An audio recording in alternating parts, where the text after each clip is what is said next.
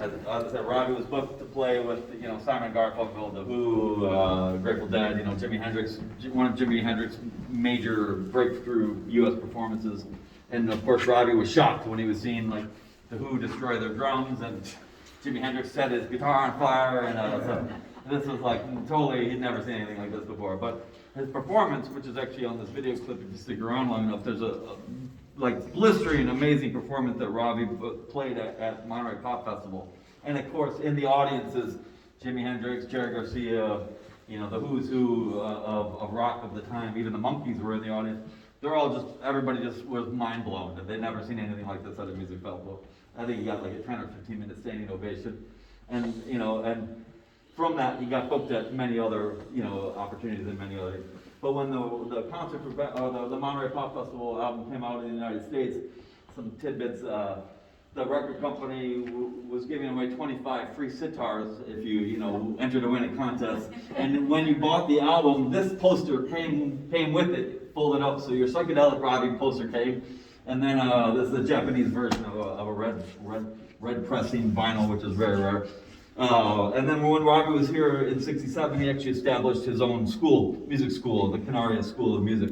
And it only lasted a couple of years because Ravi was always on the road and always touring and becoming a superstar and a rock star at that time. So his school was short-lived. He had already previously started a school in India, but again, kind of keeping trying to establish and bring Indian classical music formally and educating.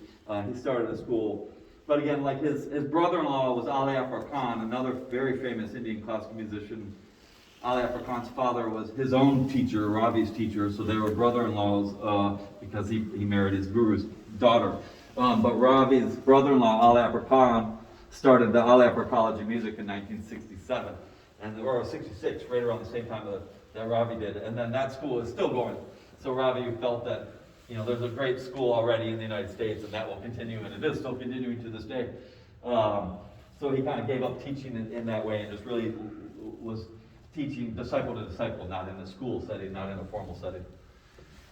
And Woodstock, Michael Lang, the founder of Woodstock, just passed away this week, and actually I've seen a lot of write-ups about the founder of Woodstock and a lot of photographs from this guy. Elliot Landy was the official photographer for Woodstock. He's taken a lot of the major photographs of, Janis Joplin and even album covers for Woodstock and such. But he was also the photographer for Bob Dylan and the band, and you've seen his work on a number of things. But I reached out to Elliot long ago about getting a copy of this piece from my own collection of Ravi and Al-Arqa at Woodstock. And Elliot not only was really excited about being included and part of the exhibition, but he sent this photo along as well, which is a very rare and never seen before photograph of Ravi backstage at Woodstock. And Ravi, just for clarity, Ravi was not happy with his performance at Woodstock. It rained the entire time he played. It was only 35 minutes long. And then he actually re-recorded one of the ragas that he played live in the studio with Jimi Hendrix producer Eddie Kramer.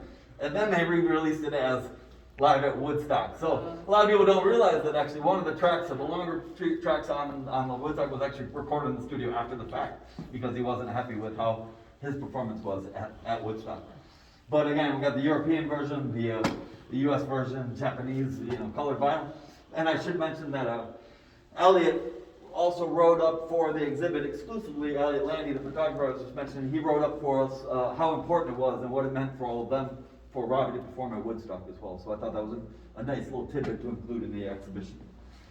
And again, this year is the 50th anniversary of the concert for Bangladesh. So Ravi, a Bengali in India, at the time in 1971, there was a great famine happening, and Ravi wanted to do something. He was, kind of a sitarist. He had some good friends.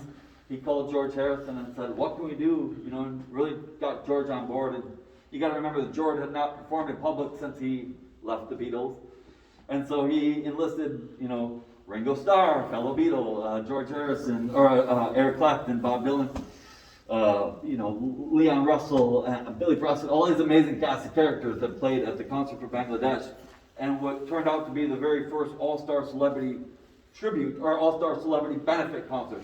So what we now know as like Live Aid or Global Citizen and all these other USA for Africa, a lot of these were started after the model of Concert for Bangladesh. So these are all European photo or European tour releases, and what I love is that the Apple Records, the Beatles label, who helped put out the Concert for Bangladesh, they won the Album of the Year. So you got Al Khan, Ravi Shankar, right alongside Eric Clapton, Bob Dylan, George Harrison.